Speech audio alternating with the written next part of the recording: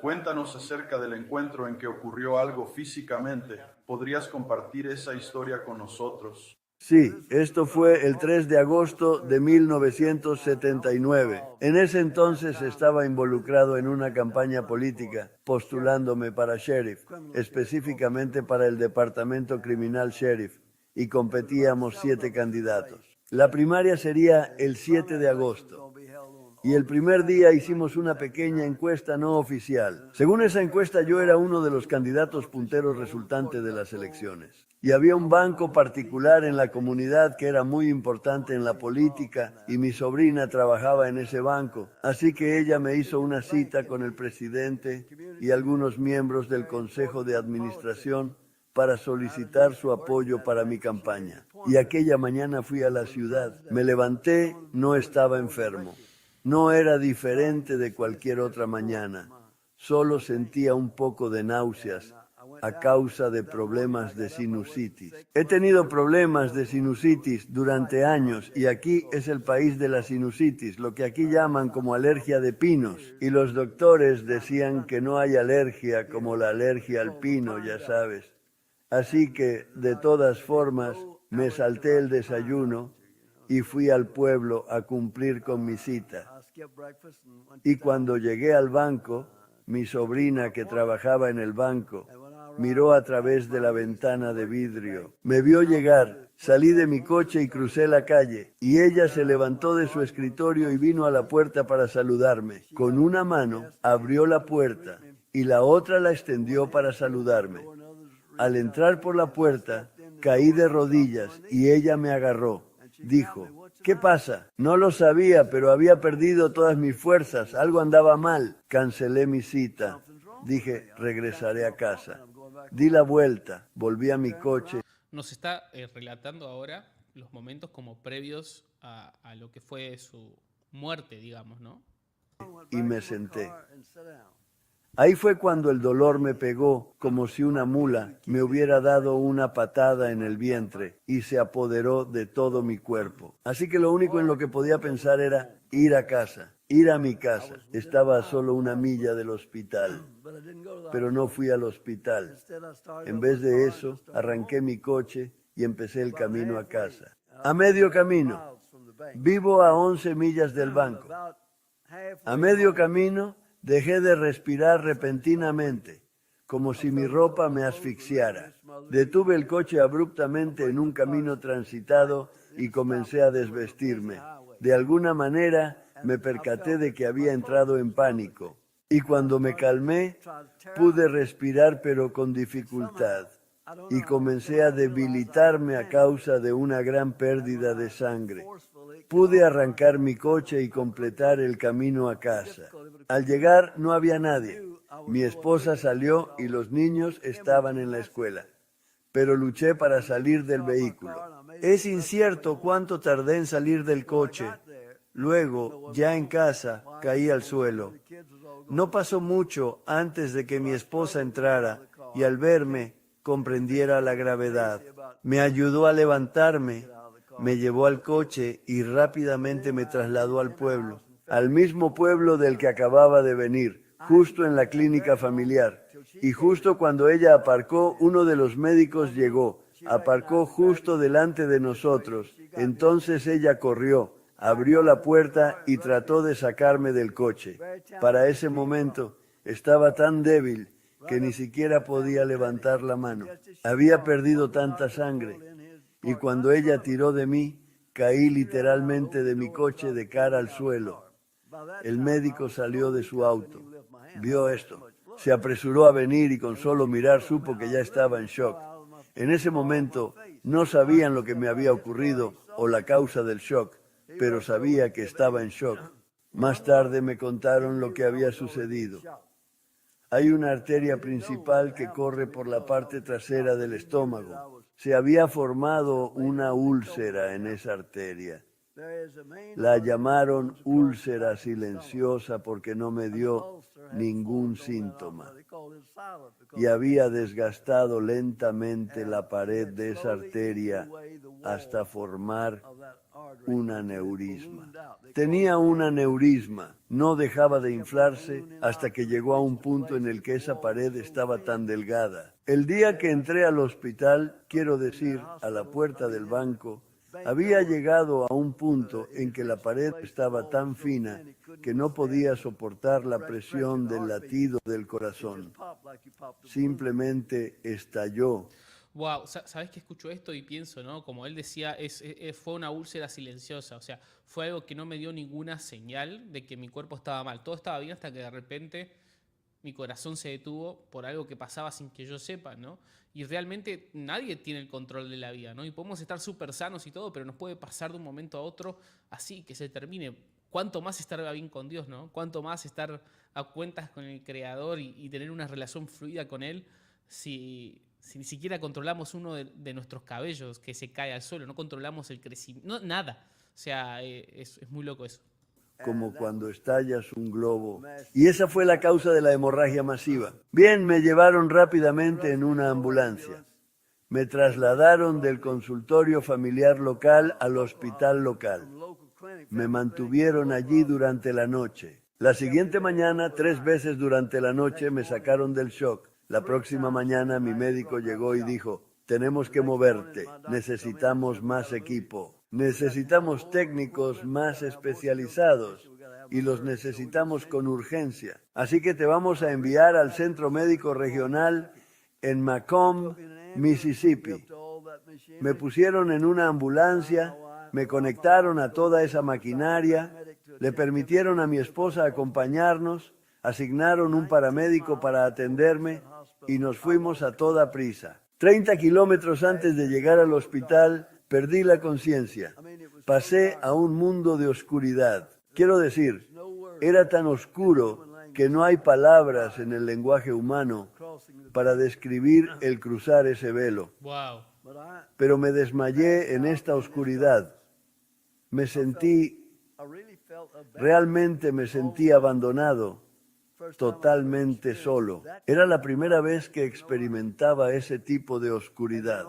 No había luz. Y luego de repente vi algo que salió de la cima de esa oscuridad y era como una cinta que giraba al descender. ¿Alguna vez has visto esos desfiles confederados en Nueva York donde tiran esa cinta por la ventana y simplemente gira al caer? Así era la cosa, como una sola cinta. Y vi cómo descendía justo frente a mí. Ahora, no puedo decirte cómo lo vi, porque lo vi sin luz. No había nada de luz. Era total oscuridad. Pero vi esta cosa, una cinta que caía justo frente a mis ojos y giraba así 3 veces. Y cada vez que giraba, lo leía. Tenía un verso de la Escritura, Hebreos, capítulo 9, versículo 27. Está establecido que los seres humanos mueran una sola vez y después venga el juicio. 3 veces giró esa cosa y 3 veces lo leí. De pronto noté que era la forma sobrenatural de Dios de revelarme que había llegado mi tiempo señalado para morir. Qué fuerte, hermano. Qué fuerte. Cabe recordar que esto igual es el testimonio de Howard y es súper respetable y puede resultarnos inspirador y puede estar bueno, ¿no? Pero siempre alineémoslo con la Biblia. O sea, no tomemos esto como revelación divina, sino que leamos la Escritura y pensemos, ok, ¿qué dice la Biblia y qué dice Howard? O sea, ¿tiene sentido o no? Lo digo por las dudas porque llega algunos que van a tirar piedras. No, este hombre... Tranquilos, amigos, tranquilos. Sigamos escuchando. Todos sabemos que vamos a morir, ya sabes, siendo humanos. Lo hemos asimilado, lo tratamos en nuestro subconsciente. De hecho, en la realidad, consideramos la muerte física como algo que le sucede a otros. Pero no solo le sucede a otros, simplemente lo sacamos de nuestra mente y seguimos adelante. Porque si no fuera así, nos enloquecería. Simplemente lo sacamos de nuestra mente y seguimos adelante. Pero cuando te das cuenta de que no son otros y que eres tú, adquiere una nueva perspectiva. Entonces no quería morir. Salí de casa para ganar una elección, no para morir. Morir sería una derrota total. Así que hice una oración muy corta y directa. Le pedí a Dios que extendiera mi vida. Estaba familiarizado con el hecho de que había un precedente en su palabra para la vida extendida. Recordaba que Él extendió la vida de Ezequías por 15 años. Así que le pedí que extendiera mi vida física. Y entonces fue cuando tuve el primer encuentro sobrenatural. De esa vasta oscuridad vino la voz más hermosa que jamás haya escuchado en mi vida. No hay música creada que pueda de alguna manera imitar la belleza de esa voz. Cuando la voz me habló, me dijo, quédate, no más dolor, paz, descanso, seguridad. Todo lo que siempre has querido, solo deja de respirar. En ese momento, cada respiro tomaba toda la fuerza que podía reunir. Y cuando llegaba el aire, tomaba toda la fuerza que tenía para poder expulsarlo. Estaba respirando por pura voluntad y Él me estaba diciendo, detente, no respires. Mi espíritu me decía, escucha, Dios te está hablando. Me ordenaba, no respires. Intenté detener mi aliento, dándome cuenta de mi acción. Grité en mi interior, no, ¿qué es lo que estoy haciendo? Pedí a Dios alargar mi vida. Y fue con esa exclamación que Satanás huyó de mí. Entonces tú habías pedido al Señor que extendiera tu vida, y esta hermosa voz que oías te decía, solo déjate llevar. Sí, pero mira lo que dijo. Escucha esto. Lo que esa voz dijo es lo que me enseñaron. Seguridad. Eso es lo que enseñan los bautistas. Una vez que te salvas para siempre. Pase lo que pase. Eso es lo que enseñan. Seguridad. Y Él usó eso en mí de inmediato. Lo primero que dijo fue, seguridad, paz, descanso, todo lo que siempre has querido. Solo deja de respirar. Ahí en el valle de la muerte, en la puerta, me mintió. Me dijo que era Dios porque no podía matarme. Tenía que hacer que me suicidara. Es mejor que sepas el espíritu que te habla. Ok. Uf, es muy loco lo que estamos viendo ahora. Estoy intentando procesarlo. Pero es como si Satanás se disfrazara de ángel de luz e intentara que él como que se matara de alguna manera, ¿no? Si mal lo entiendo. Todos vamos a llegar al mismo lugar. Yo lo llamo el velo. El velo no está en este mundo ni está en el otro. Es la puerta entre los dos. Todos tenemos que pasar por ahí. Los cristianos se refieren a ello como cruzar el Jordán. Es cuando pasamos de esta vida a la vida venidera. Una vez que cruzas ese velo, la carne y la sangre no pueden cruzarlo. No pueden cruzarlo. Entonces fue cuando los ángeles sacaron mi espíritu de mi cuerpo y pasamos de las tinieblas a la luz. Así de simple. De las tinieblas a la luz. Había cruzado el velo. Estaba al otro lado. Lo primero que me trajeron a ver fue un verso de las Escrituras siendo actuado como una obra de teatro. Wow. Efesios, capítulo 6, versículo 12. Porque no luchamos contra carne y sangre, sino contra principados, proveniente de la palabra poderes, gobernantes de la oscuridad del mundo, la colección de nuestro enemigo. Allí estaba, parecía una larga mesa, con todos estos seres sentados alrededor. El mismo diablo lo preside, y todos estos espíritus son príncipes que operan los principados del mundo oscuro. Ahí es donde se diseñan y planean los planes de guerra espiritual. Satanás no hace nada sin planearlo. Tremendo. Planea todo, todo está planeado, hasta el más mínimo detalle. Déjame mostrarte cómo funciona.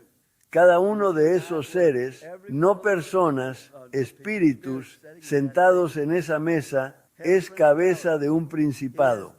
Ha dividido el mundo en principados, territorios, y sobre estos territorios pone un príncipe.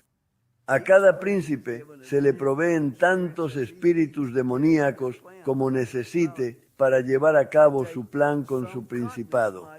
Puede que algunos continentes sean gobernados por un solo principado, porque tal vez no haya amenaza para el reino de la oscuridad, donde no exista una amenaza mayor. Un príncipe podría manejar un continente entero si fuera necesario.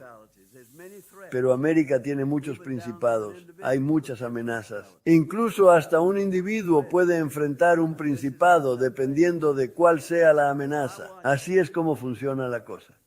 Mientras lo observaba, me permitieron ver parte de un plan que realmente me conmovió porque yo sabía del plan. Era como un plan. Era solo un esbozo. Era exactamente el mismo plan que Juan pudo ver. Y él escribió sobre ello en el libro de Apocalipsis. Apocalipsis 13, comenzando en el versículo 7 al 9. Y esto realmente me conmovió profundamente. Apocalipsis. Quiero leerlo. Se le permitió hacer la guerra a los creyentes y vencerlos. Y se le dio autoridad sobre toda tribu, pueblo, lengua y nación. A la bestia la adorarán todos los habitantes de la tierra, aquellos cuyos nombres no han sido escritos en el libro de la vida, el libro del Cordero que fue sacrificado desde la creación del mundo. El que tenga oídos, que oiga. Apocalipsis 13. Del 7 al 9 evidencia el plan maestro para apoderarse del mundo, una iglesia capturada. Es por eso que hoy tenemos una religión de algodón de azúcar, pura palabrería. Lo que Pablo llamó doctrinas demoníacas se está exponiendo desde los púlpitos de muchas iglesias hoy en día. Ha capturado la iglesia, lo que dijo que haría y lo ha hecho, lo ha logrado. Cuando me trajeron por primera vez, me dejaron ver este esbozo. Eso fue lo primero que vi, este plan. Me dejaron ver eso. Aquello de lo que Juan el Bautista escribió. Sabes, yo era muy débil en la guerra espiritual. Los bautistas del sur, ya sabes, no teníamos muchas enseñanzas en esa área en aquel entonces. De hecho, nunca había oído más que un sermón en toda mi vida que mencionara al diablo. Y eso fue cuando tenía 12 años y me asustó muchísimo. Así que eso fue cuando llegué por primera vez a la iglesia y luego no más. Incluso en el seminario nunca se mencionó. No se mencionó al diablo, no se mencionaron a los demonios ni nada. Fue el ministerio con los niños lo que primero abrió mis ojos cuando trajimos a estos niños a nuestro hogar. La mayoría de ellos habían sido utilizados, maltratados, abusados. Por ejemplo, la última niña que trajeron a nuestro hogar, el Estado la rescató ese día. Estaba encerrada en una jaula con un gato. Solo tenía 18 meses de edad esta niña y lo único que le dieron de comer durante esa semana completa fueron las sobras de ese gato. Y ese individuo poseído por un demonio que tenía a esa niña pequeña obtenía placer apagando sus cigarrillos encendidos en la planta de sus pies. Debiste haber visto sus pies. Eso no podía ser humano. Algo más allá de la humanidad tenía que haber hecho eso. No es humano. Y eran esos niños. ¿Cómo habían sido abusados, maltratados, descuidados? Y todos ellos estaban pidiendo ayuda a gritos. Y vinieron a mi casa esperando que los ayudara. Y yo era la persona menos preparada del mundo. No tenía formación alguna en la guerra espiritual, ni siquiera lo sabía. Pero al mirarlos, supe que había una fuerza allí afuera mucho mayor de lo que yo conocía. Y eso es lo primero que Dios me mostró. Me educó rápidamente. Me mostró cómo se hace esto a propósito, cómo se lleva a cabo la guerra espiritual y cómo operan con dos emociones en ese mundo: odio y miedo. Odian a todos los humanos y temen a su jefe. No hay amor en absoluto allí. Es un mundo sin amor. Algo de esto habla C.S. Lewis, el autor de las Crónicas de Narnia, en un libro llamado Cartas del Diablo a su sobrino. Es un gran libro en el que C.S. Lewis simula estar como en el mundo espiritual y ser un demonio cuyo propósito es atormentar a la gente. Y una de las cosas que él habla es que en el mundo oscuro, en el mundo liderado por Satanás, no existe tal cosa como la lealtad o el amor, sino que es el temor y la oscuridad lo que reina. Y ahora, mientras lo escuchaba a Howard hablar de eso, se me disparó de vuelta ese recuerdo. Sigamos escuchando. No hay amor en absoluto allí. Se manejan con miedo y odio. Odian a todos los humanos y temen a su jefe. Le temen. Ahora la gente no le presta atención a esto. Pero Satanás te muestra lo astuto que es. Se llevó a 1/3 de los ángeles del cielo con él en su rebelión. ¿Qué te dice eso? Cuando piensas en esto, no hay tontos en el cuerpo de ángeles, y sin embargo, engañó a 1/3 de los ángeles. ¿Cómo lo hizo? Esto habla de su habilidad. Segunda de Corintios capítulo 4, versículo 4 dice que es el Dios de este mundo. Esa palabra Dios no es un nombre, es un título. Se traduce de la palabra griega theos, de la que obtenemos nuestra palabra teología. La definición en inglés es magistrado gobernante divino. Piensa en eso. Ese es su título. Divino significa apartado, puesto por encima, gobernante o magistrado. ¿Quién es un magistrado gobernante? Uno que tiene autoridad por ley para controlar la conducta de aquellos bajo su jurisdicción.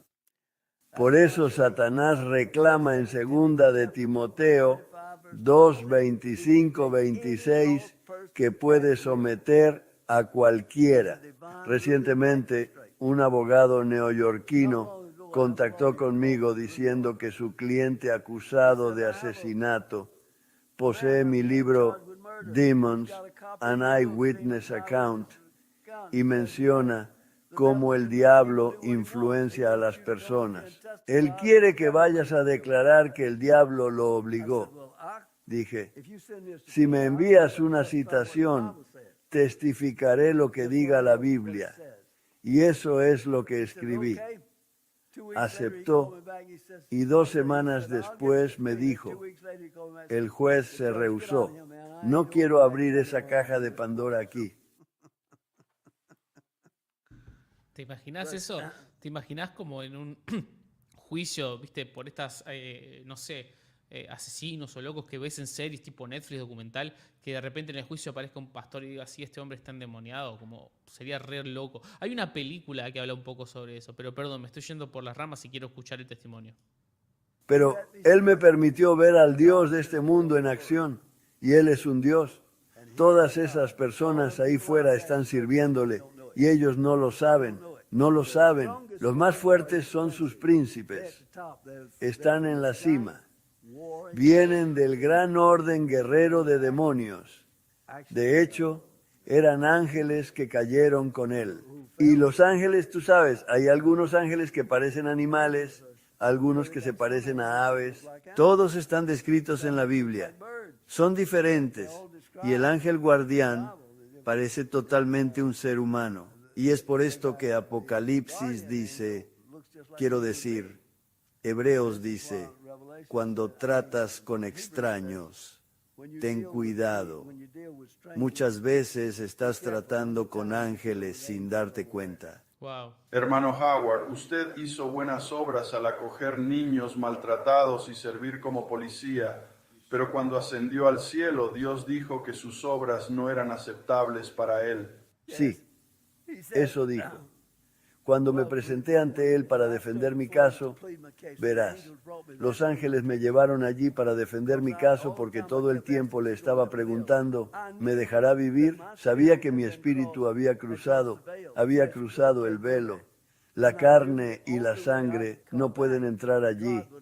y sabía que la única manera de regresar era que Dios lo permitiera. Y seguía preguntando al ángel si había tiempo. Y sin importar lo que viera, yo seguía pegado a este viejo hombre de arcilla. Y así me llevaron allí y me permitieron defenderme, me trajeron a la puerta. No entré. Llegué a las puertas del tercer cielo y allí vi a 50 santos a quienes se les permitió entrar a las puertas del cielo, pero no me dejaron entrar. Dijeron, me detuvieron. El ángel me detuvo allí y dijo, bueno, esta es la puerta, y agregó, si entras, no puedes salir. Tienes que quedarte hasta que Él te traiga de vuelta. Dije, si no puedo salir, entonces eso significa que mi vida física ha terminado. Y me dijiste que podía preguntarte. El ángel dijo, puedes preguntarle siempre que no cruces esta puerta. Y así lo hice. Llegué y se me permitió defender mi caso. Y estaba declarando ante Dios. No podía ver, pero en medio del total silencio mientras defendía mi caso, le estaba diciendo todo. Le recordé todas mis buenas obras. Le hablé de todas las cosas que había hecho. Y en todo eso es lo que basaba en mi buena obra. Él nunca dijo una palabra hasta que terminé. Cuando terminé, entonces él me respondió con una voz que sonaba como trueno. No era nada parecido a la voz que Satanás había usado conmigo. Él dice, empezó. Voy a intentar citar textualmente exactamente lo que dijo. Tu fe está muerta, tus obras son en vano. La vida que viviste y ofreciste a mí como un servicio cristiano es una abominación. Para. O sea, es muy fuerte lo que le está diciendo. O sea, Dios le está diciendo todo lo que estás haciendo no sirve. A ver, no es distinto a lo que dice el apóstol Pablo, ¿no? Que todas nuestras obras son como trapos de inmundicia, todas nuestras buenas obras delante del Señor son como trapos de inmundicia. O sea, está alineado a la Biblia. Pero de vuelta, ¿viste? Estamos viendo un hombre que acogía niños de la calle, que los cuidaba, que los restauraba. O sea, en toda regla una buena persona. Y sin embargo Dios le dice, tu fe está muerta, tus obras son en vano. No me interesa, o sea, no cuenta nada de lo que estás haciendo. O sea, la vara está altísima. Como cuando rechacé al fariseo. ¿Qué te hizo pensar que la aceptaría eso de un cristiano tipo laodicense? De hecho, incontables millones viven el mismo tipo de vida que tú viviste y están en peligro de mi ira eterna. El Dios viviente. No podía creer que me hablara. Soy predicador, maestro. Solo le conté sobre mis buenas obras y le dije, no, Señor, tú, espera. No entiendes. Dijo, no las hiciste para mí, sino para un ídolo. Le respondí, trabajé para ti. Te llamaba Señor, sí, lo hiciste, pero nunca me hiciste tu Señor. ¿Qué diferencia hace llamarlo Señor si no lo haces realmente? Si no lo haces Señor de tu vida. Y dije, Señor, yo estaba sirviéndote. No lo estabas. Adorabas a un falso ídolo. Luego, Él lo llamó el principal falso dios de Satanás, el ego. Inmediatamente supe que todo era verdad. Si me hubiera agarrado y arrojado al infierno, hubiera dicho amén. Pero estaba inmóvil, postrado en el suelo espiritualmente. Vinieron los ángeles, me llevaron, permitieron que recobrara la compostura, me trajeron de vuelta y me dejaron suplicarle otra vez. En esa segunda ocasión no hablé. Luego Él me habló con compasión y me di cuenta, era mi padre y lo había herido. Él sufría por mí, el Dios creador de todo, por la más insignificante pieza de carne. Él sufría por mí, nada importaba ahora. No le pedí por mi vida, no le pedí nada más. Pero cuando esta vida ya no significaba nada, me la devolvió. Me envió de vuelta a hacer lo que había hecho. Me dio un mensaje de 5 puntos para la iglesia y me impuso 2 restricciones. La primera restricción era que no debía pedirle a nadie que escuchara esto, porque Él me estaba enviando a su iglesia. No sabía cuál era su iglesia, pero él sabía cuál era su iglesia. Me estaba enviando a su iglesia. Todo lo que tenía que hacer era ir a donde me invitaran. Cuando recibo una invitación, la anoto, llego al lugar como puedo, y si no se supone que vaya allí, él cierra la puerta. Wow. Pero si él abría la puerta, nadie podría cerrarla. Y así ha sido siempre. Y este es el mensaje de 5 puntos que me dio. El punto número 1. Esto es la era de la iglesia de la Odisea en la que vivimos hoy. Esta es la era de la iglesia de la Odisea, donde la mayoría de los llamados cristianos son justamente eso, llamados cristianos. Cristianos de labios para afuera, pero no de corazón. Y a menos que despierten, Él los vomitará de su boca.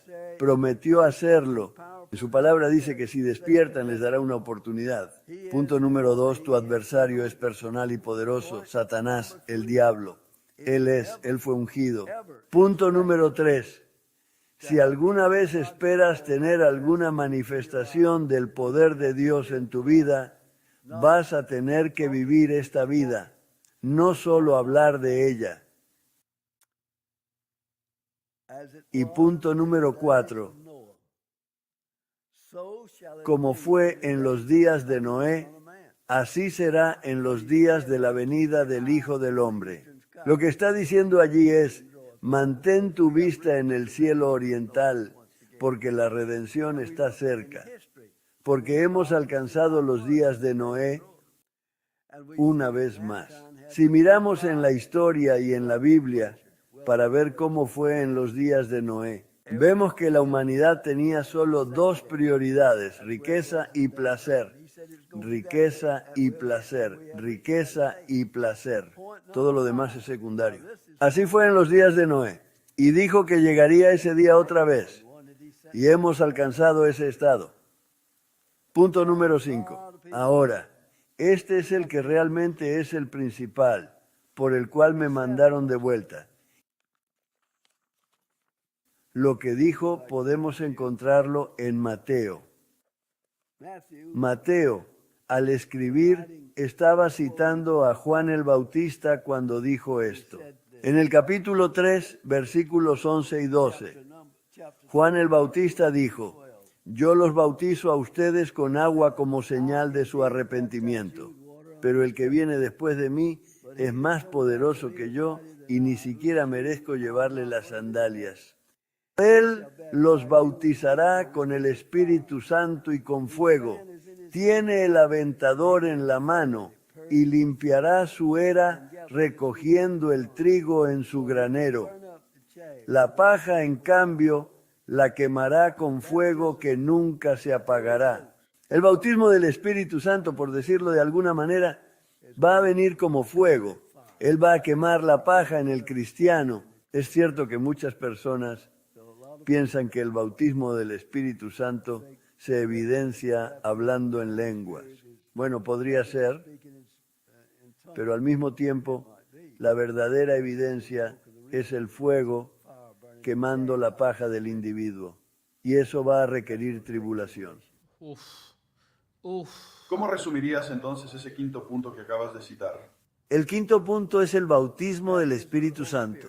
El verdadero bautismo del Espíritu Santo.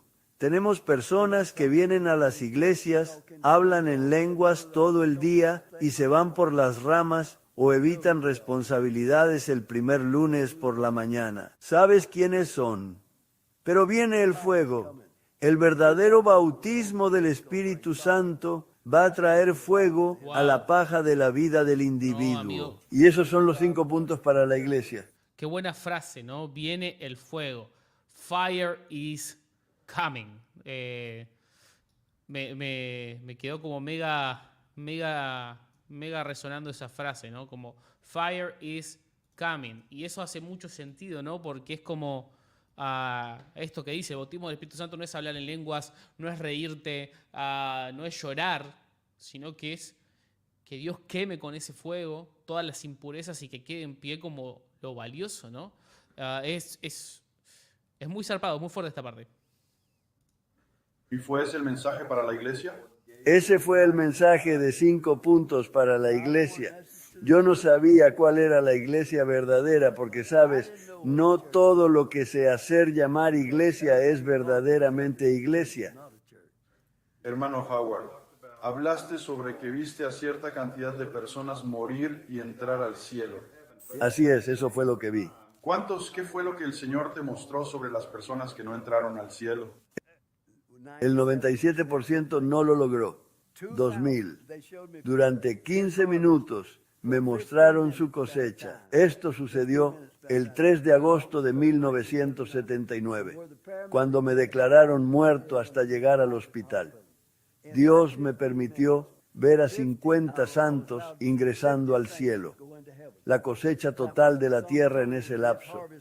En ese lapso, más de 1.900 personas fallecieron. 1.950 más murieron y solo 50 de 2.000 lo lograron. Tremendo. Esto concuerda con Mateo 7. La puerta Muchos angosta. dirán en aquel día, El camino angosto. no hemos predicado en tu nombre y hecho maravillas en él, pero él responderá, apartaos de mí, nunca os conocí, nunca fuisteis salvos. No es que un día fuisteis salvos y os apartasteis, nunca os conocí, no fuiste nunca mío, 2,5%. Esa era la condición del planeta Tierra el 3 de agosto de 1979. Si ese hubiera sido el día en que la trompeta sonara tan fuerte que despertaría a los muertos, él habría obtenido el 2,5% de la población mundial. 2,5%. Me permitió recorrer el segundo cielo, que es el reino de Satanás. Me permitió recorrer todo el reino y ver los diferentes espíritus que él tiene. Y eso fue lo primero, porque yo estaba débil. Era débil en ese campo. Recuerdo en el seminario, teníamos profesores que venían y nos decían que ir al cielo era como escalar montañas. Algunos suben por un lado, otros por este, pero cuando llegan, todos están en la cima. Bueno, sabes, esa es una doctrina. Es muy popular en la iglesia cristiana. Tú sabes, eres un buen muchacho, vas a lograrlo y todas esas cosas. Dios te ama, no te preocupes por eso. Oye, tenemos al diablo bajo nuestros pies, pero mientras tanto él se está riendo de ti. Bien, ahí pasó la primera parte del testimonio. Vamos a escuchar la segunda ahora, donde él detalla más lo que vio en el reino espiritual, ¿sí? Y cómo estaba conformado, ¿no? Ahora nos adelantó algo. Es verdaderamente impactante lo que estamos viendo. Y ahora vamos a darle a la parte 2. ¿Estaba acaso ejerciendo como pastor en ese momento cuando tuvo este aneurisma?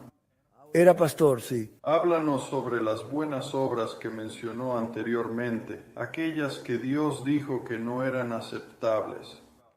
Verás, solía hacer esto cuando comencé en la policía de la ciudad de Nueva Orleans. Me había ofrecido como voluntario para trabajar en el turno de noche para poder continuar mi educación cristiana y me inscribí en el Seminario Teológico Bautista del Sur en Nueva Orleans. Trabajaba y cumplía mi jornada completa como oficial de policía, pero durante la noche era un estudiante de tiempo completo en el seminario. Y cuando tenía el día libre los sábados, llevaba un pequeño sistema de PA en la cajuela de mi auto. Viajaba por los pequeños pueblos y aldeas donde no era ilegal predicar en la plaza del tribunal, instalaba mi sistema de PA y predicaba a los transeúntes, o si estaba lloviendo, había mal tiempo o algo así, simplemente buscaba un lugar en una esquina de la calle donde pudiera resguardarme del clima y repartir folletos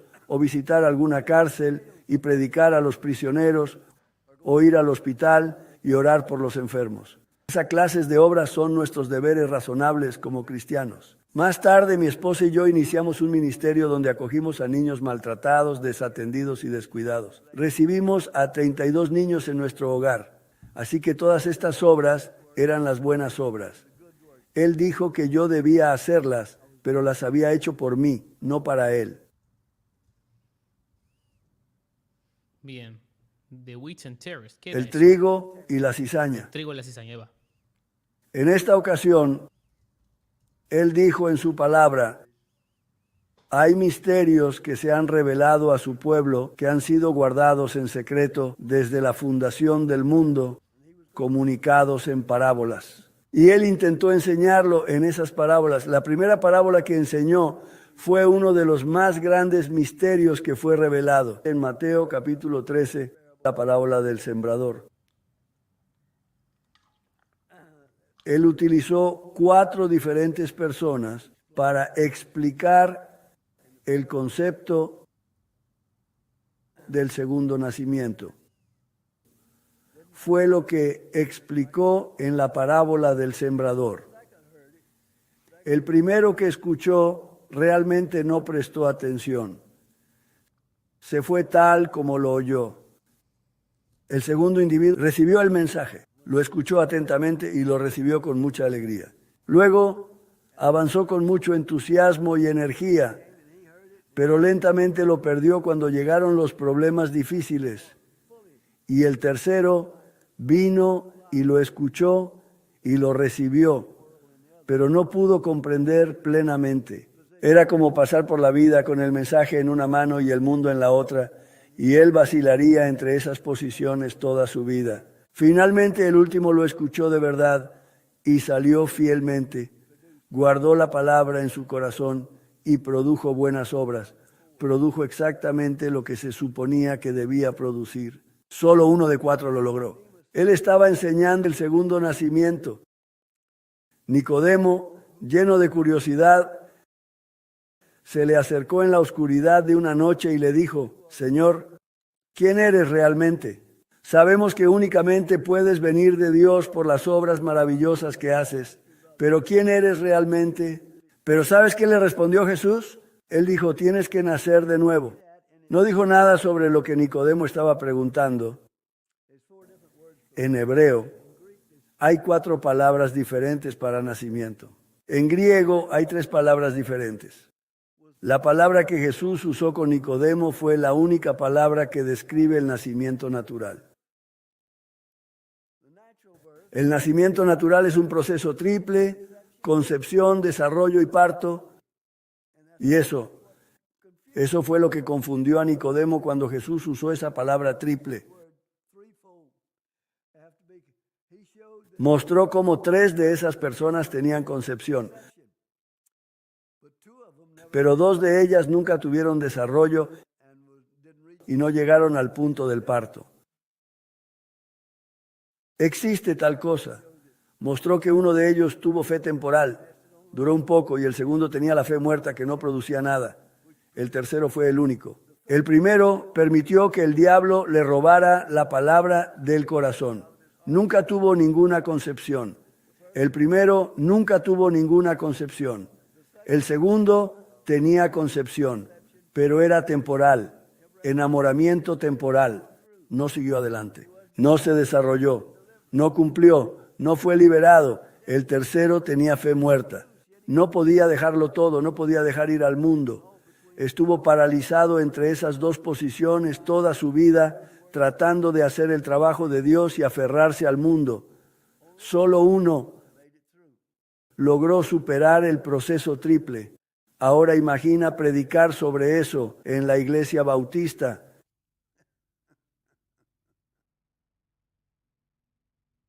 El espíritu como rana. Escuchen esto. Cuéntame del espíritu de la rana. ¿Qué lo viste hacer? El objetivo de este espíritu comparable a una rana es preparar el mundo para la conquista, como una fruta madura. Hoy en día, su papel principal es destruir el código universal de moralidad de la Biblia. Una vez, estando en Francia y enseñando sobre la guerra espiritual, teníamos un coche alquilado.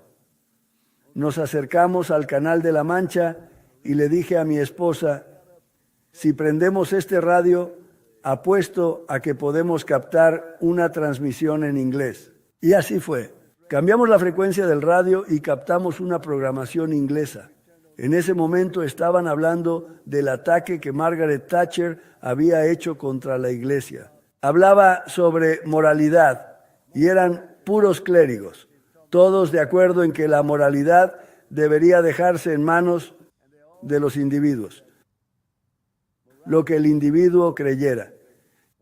Y en el fondo, una voz seguía gritando, no, no, no, y lo callaron. Los clérigos acordaron que la moralidad significa lo que significa para el individuo. En otras palabras, de ti depende establecer tus propias morales. Así que sabíamos que se acercaba. Y es entonces cuando te digo que estaban hablando de que Margaret Thatcher acababa de reprender a la iglesia. O sea, les leyó la cartilla sobre, y estoy citando parte de lo que dijo.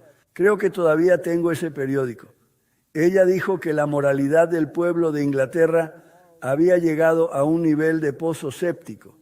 Esas fueron sus palabras exactas. Porque la iglesia de Inglaterra ha fallado en enseñar el código de moralidad de la Biblia. Claro que ella fue muy dura. Y eso es lo que todos los clérigos se debatían. Oh, no, no, la moral. La moral se deja al individuo. Mi Biblia dice que Dios tiene un código moral y más te vale seguirlo porque algún día tendrás que rendir cuentas de ello. ¿Y dijiste que el espíritu era similar a una rana? Sí, efectivamente. Él es descrito en su apariencia tal y como se describe detalladamente en el capítulo 16 del Apocalipsis. Permíteme leerlo. Y vi salir de la boca del dragón, de la boca de la bestia y de la boca del falso profeta, 3 espíritus malignos que parecían ranas. Son espíritus de demonios que hacen señales y que salen a reunir a los reyes del mundo entero para la batalla del gran día del Dios Todopoderoso. Acá volver a hablar del bautismo del Espíritu Santo, del verdadero bautismo. Prestemos atención. ¿Y ese quinto punto dices que fue el verdadero bautismo? El bautismo del Espíritu Santo.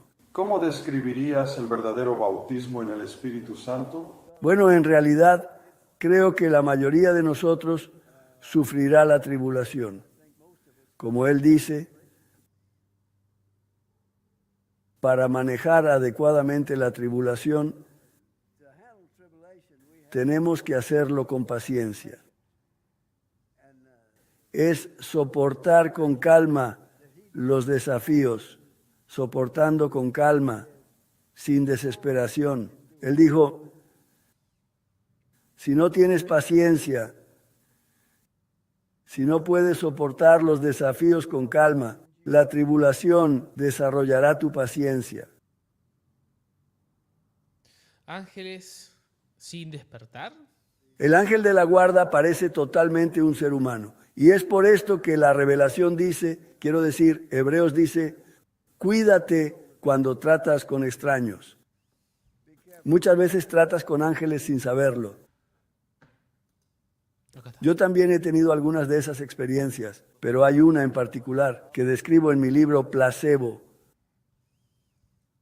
Comencé escribiendo placebo a mano y luego lo pasé en una vieja máquina de escribir IBM que usaba papel carbón.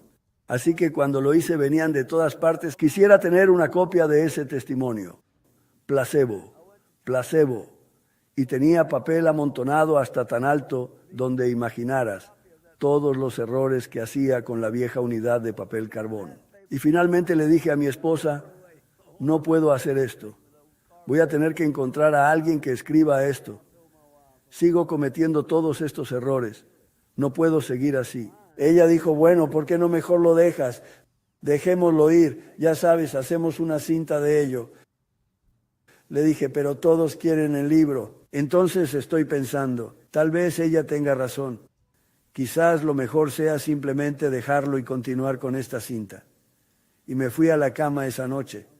Me tomó 2 horas conciliar el sueño, murmurándome a mí mismo, tratando de decidir qué hacer.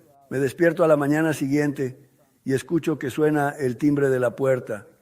Voy a la puerta principal y hay un joven ahí fuera, parece de unos 30 y tantos años. Dijo, ¿tú eres Howard Pittman? Le dije, sí, así es. Me dijo cómo se llamaba, pero si mi vida dependiera de ello, no podría decirte cómo era su nombre. Pero dijo, vine a escribir tu testimonio para ti. Le dije, alabado sea el Señor. Entra, Preguntó, ¿dónde trabajas? ¿En casa o en la iglesia? Le dije, en la iglesia. Dijo, vamos a la iglesia. Así que salimos a la iglesia con mi testimonio a mano. Hay una vieja máquina de escribir. Él dice, lo escribiré ahora. Le dije, perfecto, perfecto, amigo. Ahí tienes una máquina de refrescos por si necesitas algo. Puedes agarrar lo que sea. A la hora del almuerzo, regresé con él. Le dije, mi esposa ya preparó la comida. Pasa, vamos a comer. Respondió que no, que estaba ocupado, que no quería comer. Me dije a mí mismo, está ayunando, está bien. Así que volví esa noche. La cena está lista. La cena está lista. Ven. Pero dijo que no tenía hambre, que se va a quedar hasta terminar eso. Le dije, pasa, tenemos un cuarto extra. Otra vez dijo que no. No sé por qué lo hice, pero tenía una cama inflable y la puse atrás de él. Le dije, mira, si necesitas tomar una siesta, tienes una cama. Luego volví la siguiente mañana y aún no quería comer nada ese día. Al almuerzo lo había terminado, me lo entregó y dijo, tengo que irme. Ahora, yo soy policía y lo primero que me saldría a pensar es, ¿quién es este hombre? ¿De dónde sabe mi nombre? ¿Por qué o qué sabía? ¿Cómo sabía? Nunca se me ocurrió pensar en eso, nada de eso. ¿Cómo sabía que estoy escribiendo un libro de todos modos? Le digo, ¿a dónde vas? Dijo, a California. Le dije, ¿cómo vas a ir? Dijo, como pueda. Pregunté, ¿y cómo viniste? Con mi pulgar. Le dije, vamos a la estación, déjame comprar tu boleto de autobús de regreso a California por escribir. Pero se negó, dijo que no podía hacerlo. Me dio las gracias y se marchó. Y se fue así de rápido. Y justo cuando se fue, dije, espera un minuto, ¿quién era este tipo?